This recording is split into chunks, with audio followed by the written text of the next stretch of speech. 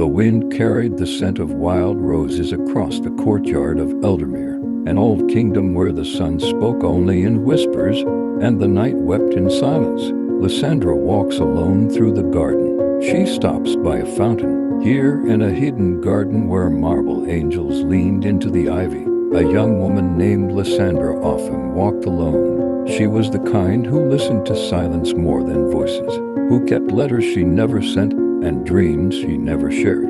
Lysandra reads from a book. A man, Callen, enters quietly and sits nearby. She believed in love, not the kind from tavern songs or fleeting touches, but the kind that spoke in glances and lingered long after words had died. Callen said, "Love isn't something you fall into, it's something you build." She didn't know if he was quoting someone or speaking from the soul. It didn't matter. Her heart felt less like a cage and more like a gate. Erich Fromm once wrote, "Love is not merely a feeling, it is a decision, a judgment, a promise."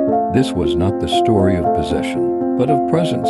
The weeks passed like verses in a song too delicate to rush. They met not with urgency, but rhythm, like tides greeting the shore, each time slightly deeper than the last. Callen watches Lysandra thoughtfully as she speaks. They never spoke of love, not yet, but in the quiet moments between their words, it lived. Callen said, "What do you seek in another, Lysandra?" Lysandra replied, "Not to be completed, but to be met, to be seen and not edited." Callen nodded, as if she had spoken a language he had long forgotten. Desire fades, beauty withers, but the bond that asks nothing and accepts all, that is where love becomes holy. Scott Peck wrote, "Love is the will to extend oneself for the purpose of nurturing one's own or another's spiritual growth." Callen offers her his hand, not to take her somewhere, but to sit with her longer. They gave each other the rarest of all gifts, the space to be themselves without judgment, and in that space, something sacred began to grow. No great love escapes trial, and theirs came not with battle or betrayal, but with doubt, the silent kind that grows like mold in shadowed corners. Callen stands alone, staring into the rain. A letter is clutched in his hand. Lysandra found the letter, not meant for her, not love, but memory. A woman from Callen's past, a past he never shared. Lysandra said to Callen, "Why didn't you tell me?" Callen replied, "Because I was afraid the truth would change how you see me." Trust is not about knowing everything. It is about believing, even when you don't. Brené Brown once said, "Vulnerability is the birthplace of connection." We must walk into uncertainty with hearts exposed if we ever wish to be truly loved. Callen kneels, not in apology, but in honesty. She didn't turn away, and he didn't run. Sometimes, love isn't proven in declarations, but in staying. A call to war echoes. 𝒊𝒏𝒅 prepares. Callen was summoned to defend the realm, and love, once so close, stood at the mercy of distance and danger. Lysandra weaves a red ribbon into his armor. Lysandra said, "Return not for me, but for the life you've yet to live." Callen replied, "You are that life." They parted with no promises, only the kind of silence that says, "I will carry you even in my absence." Viktor Frankl once wrote, "When we are no longer able to change a situation, we are challenged to change ourselves." War rages. Letters are few. Months pass. Lysandra waits, not with desperation, but with grace.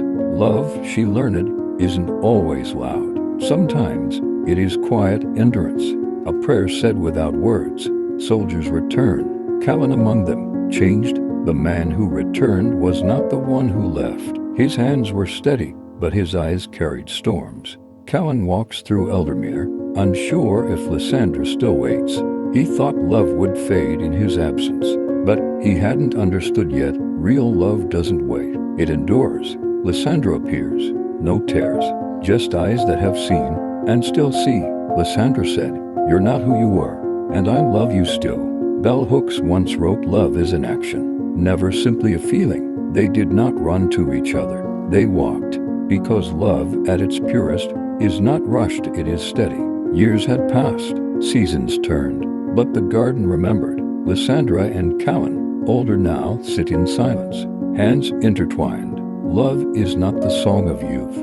It is the hymn of endurance, the act of choosing again and again to remain. William Shakespeare once wrote, "Love is not love which alters when it alteration finds." They had discovered the truth, that love's truest form is not fireworks, nor fate. It is devotion. It is presence.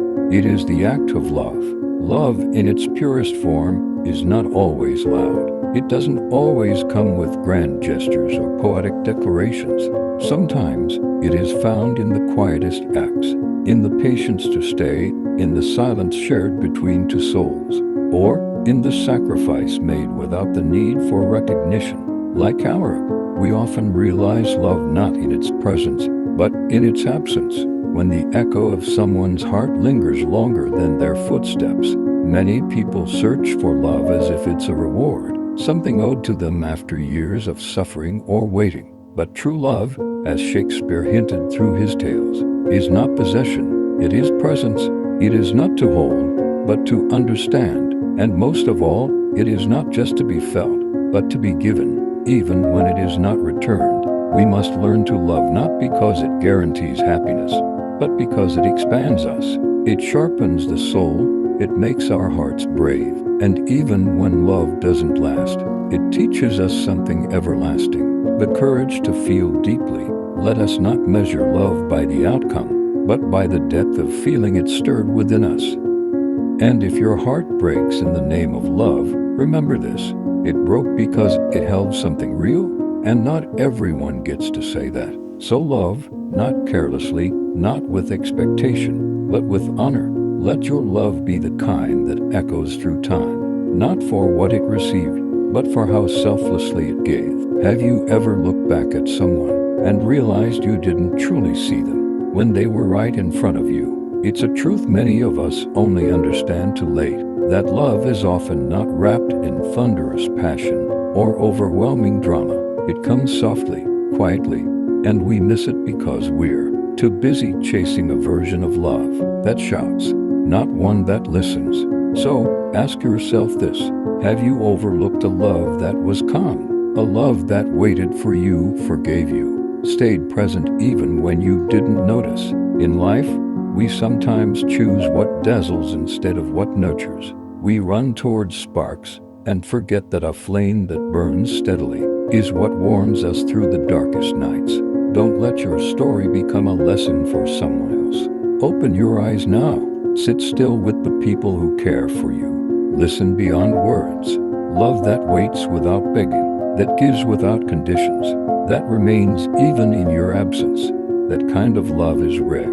And if you find it, don't walk away.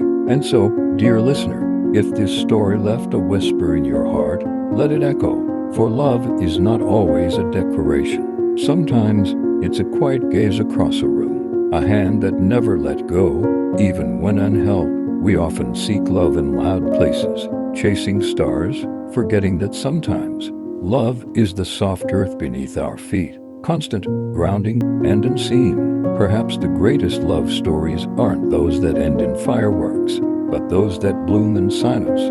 So, before you go, ask yourself, are you listening to the quiet? Are you brave enough to love without needing to be loved back? And more than that, are you wise enough to recognize love before it becomes a memory? Subscribe, stay, and be part of a journey where we explore the heart's deepest echoes.